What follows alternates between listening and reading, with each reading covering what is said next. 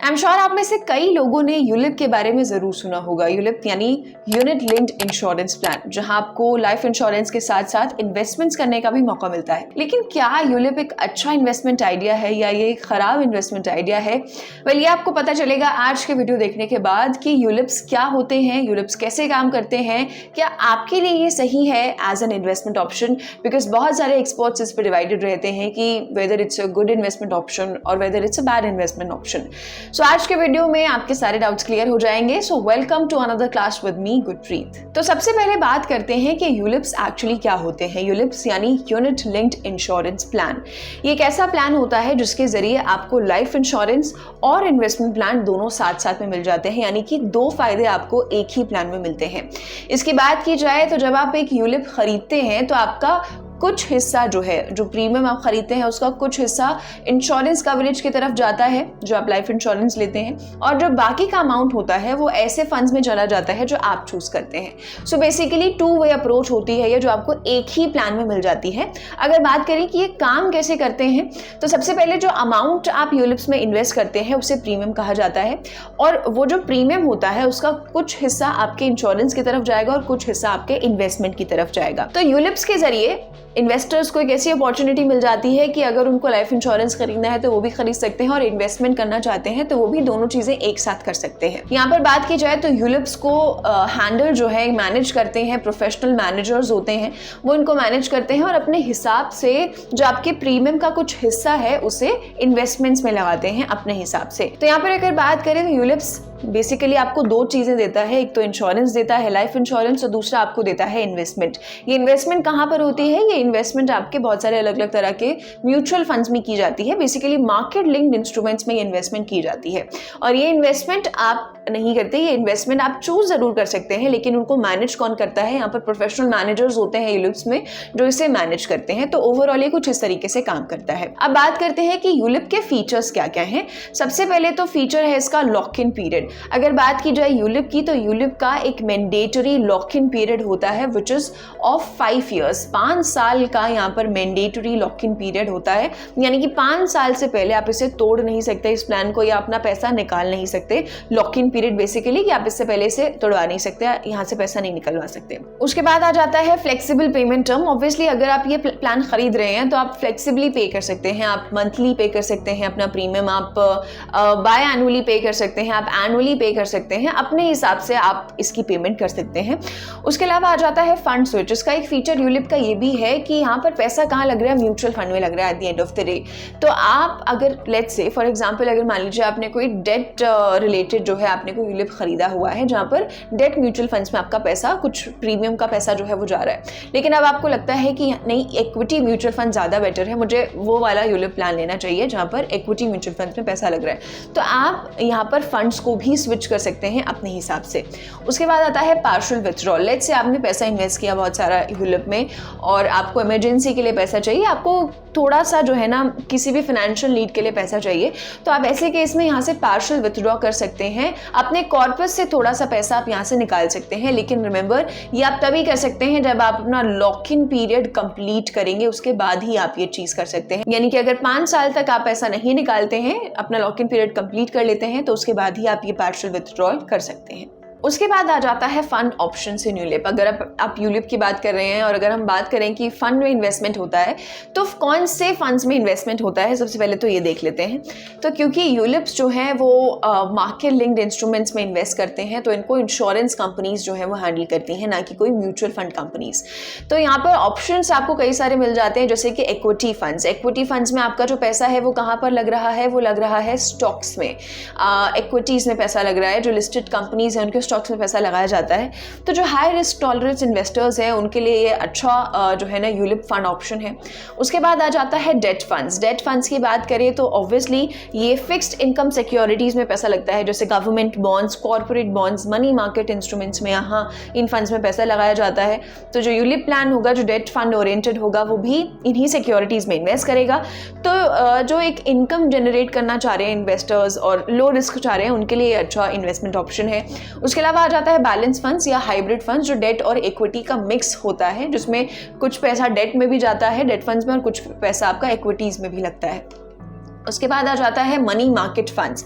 Money market funds की बात करें तो यहाँ पर पैसा जो है वो लो रिस्क इंस्ट्रूमेंट्स में इन्वेस्ट किया जाता है शॉर्ट टर्म के लिए, जैसे आपके ट्रेजरी बिल्स हो गए, सर्टिफिकेट्स ऑफ डिपॉजिट हो गए या कमर्शियल पेपर, इन सब में ये पैसा आपका लगाया जाता है।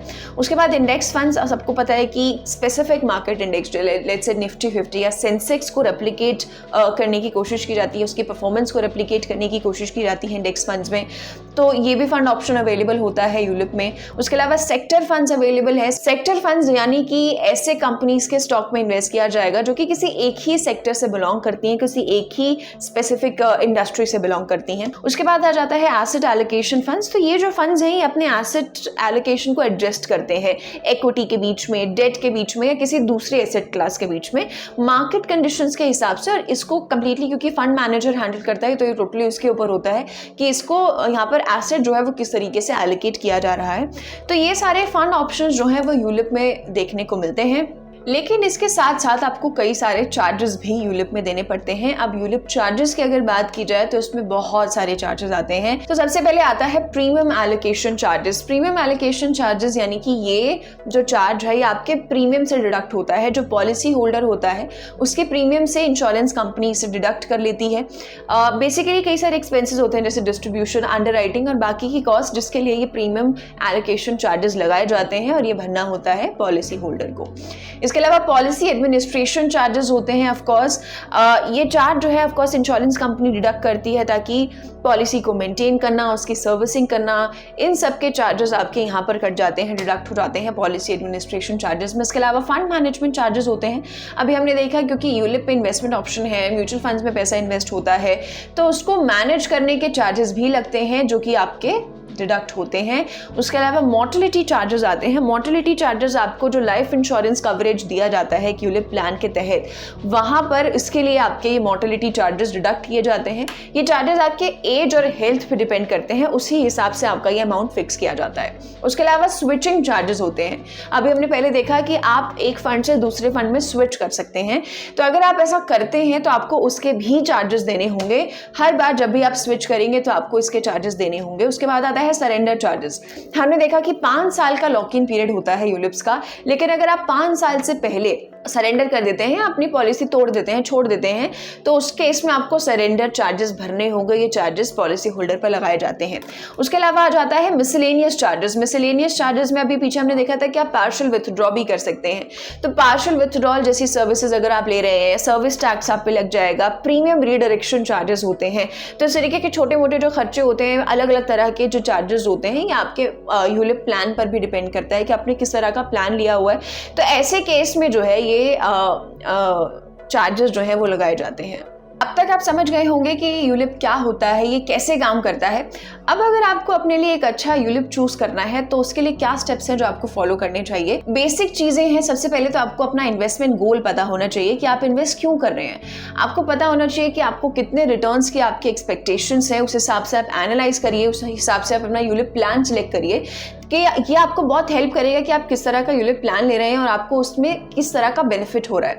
उसके अलावा कंसिडर चार्जेस। अभी हमने देखी एक लंबी लिस्ट चार्जेस की जो यूलिप प्लान्स में लगती है, तो चार्जेस को भी जरूर कंसिडर करिए। जब भी आप यूलिप प्लान ले रहे हैं तो आप ये जरूर देखिए कि उसमें चार्जेस कौन से आपको भरने पड़ेंगे, ताकि ऐसा ना हो कि आपके चार्जेस ज्यादा हो और आपके रिटर्न्स कम हो। इस सिचुएशन से बचने के लिए चार्जेस को अच्छे से देखें अपने यूलिप प्लान को खरीदते हुए। उसके अलावा चेक फंड ऑप्शंस। जब भी आप यूलिप प्लान खरीद रहे हैं, आपको अपने इन्वेस्टमेंट गोल्स पता है, आपको पता है कि आपको इतना रिटर्न चाहिए या आप अपना रिस्क इतना उठा सकते हैं, तो आप ये जरूर चेक कीजिए कि आपके पास जो अवेलेबल फंड ऑप्शंस है उस यूलिप प्लान में वो आपके इन्वेस्टमेंट गोल्स पे कैसे फिट बैठ रहा है। कौन सा म्यूचुअल फंड है जो आपके इन्वेस्टमेंट गोल्स पे फिट बैठता है, अपने यूलिप प्लान के लिए वही सिलेक्ट कीजिए। उसके अलावा past performance is very important. Of course आप जब भी इन्वेस्टमेंट ऑप्शन की तरफ जाएंगे तो आप पास्ट परफॉर्मेंस जरूर देखेंगे कि उस म्यूचुअल फंड ने कैसा परफॉर्म किया है, ताकि आपको एक आइडिया मिल सके कि ओवर द पास्ट ईयर्स उसने कैसे रिटर्न्स दिए हैं, ताकि आप अपने इन्वेस्टमेंट गोल्स के हिसाब से उसे फिट कर सकें। तो ये कुछ तरीके हैं जिससे आप अपने लिए बेस्ट यूलिप चूज कर सकते हैं। एंड ऑफ कोर्स इन्वेस्ट करने से पहले, यूलिप में पैसा लगाने से पहले अपने फाइनेंशियल एडवाइजर को जरूर कंसल्ट कर लें, बिकॉज इस वीडियो के जरिए हम सिर्फ यूलिप के बारे में एजुकेट करना चाहते हैं, हम उसे प्रमोट नहीं करना चाहते हैं। अब बात करते हैं कि इसके फायदे क्या होते हैं, फिर इसके रिस्क पे भी आएंगे।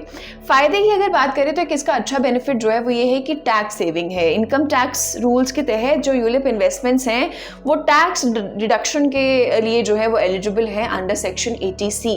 सो यहाँ पर आपको 1.5 रुपीज़ तक का जो है ना मैक्सिमम टैक्स डिडक्शन यहाँ पर अलाउड होता है in case of ULIP investments. तो आपको एक ये फ़ायदा मिल जाता है। लेकिन यहाँ पर भी आपको ये चीज़ ज़रूर ध्यान रखनी है कि अगर आपका जो प्रीमियम है वो 2 lakh rupees in a year से ऊपर जा रहा है, अगर आप एक साल में 2.5 लाख रुपीज़ से ज़्यादा प्रीमियम अगर आप इन्वेस्ट कर रहे हैं तो उस पर आने वाले रिटर्न्स आपके टैक्सेबल होंगे। ये टैक्सेबल होगा, इस पे ज़रूर टैक्स लगेगा। अगर 2.5 लाख से कम है प्रीमियम तो उस पर उसके रिटर्न्स पर टैक्स नहीं लगेगा। अगर 2.5 लाख से ज़्यादा प्रीमियम है तो उसके रिटर्न्स पर टैक्स लगेगा। जैसे long term short term tax लगता है, कैपिटल गेन्स टैक्स, वो आपको देना पड़ेगा।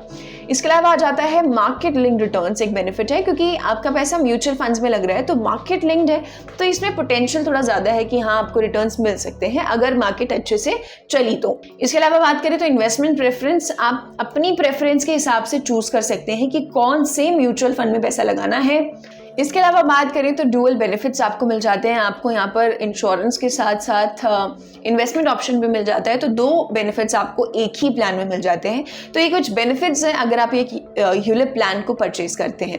अब आ जाते हैं इसके रिस्क पे। सबसे पहली बात है कि इसका लॉक इन पीरियड है जो कि है मैंडेटरी 5 ईयर्स का, 5 साल का mandatory lock in period ULIPs में देखने को मिलता है, जिसकी वजह से ऑटोमेटिकली इसकी जो लिक्विडिटी है वो क्या है, बहुत कम हो जाती है। यानी कि अगर आपको इसको निकालना हो तो आप नहीं निकाल सकते 5 साल से पहले, और अगर आप इसको निकालते भी हैं तो आपको बहुत सारे चार्जेस जो है वो देने पड़ सकते हैं। बहुत सारे यूलिप प्लान्स जो हैं अगर आप सरेंडर कर देते हैं यूलिप प्लान को तो आपको बहुत स्टिफ पेनल्टीज उस पर देनी पड़ती हैं। तो ऐसे केस में आपको चार्जेस भी देने पड़ेंगे, लिक्विडिटी भी नहीं है, इसका लॉक इन पीरियड भी है, तो ये इसका बहुत बड़ा लिमिटेशन हो जाता है या इसके साथ जुड़ा हुआ एक रिस्क हो जाता है कि अगर आप इसको लेना भी तुड़वाना भी चाहें तो आप नहीं कर सकते। इसके अलावा बात करें तो यहाँ पर मार्केट रिस्क रहता है, बिकॉज देखिए आपका यहाँ पर क्या है, 2 हिस्सों में आपकी प्रीमियम जो है वो डिवाइड हो रही है। एक जो आपके इंश्योरेंस की तरफ जा रहा है और दूसरा जो आपके इन्वेस्टमेंट की तरफ जा रहा है। अब यहाँ पर इन्वेस्टमेंट पे जहाँ आपका प्रीमियम का हिस्सा जा रहा है वहाँ पर बना हुआ है बहुत सारा मार्केट रिस्क,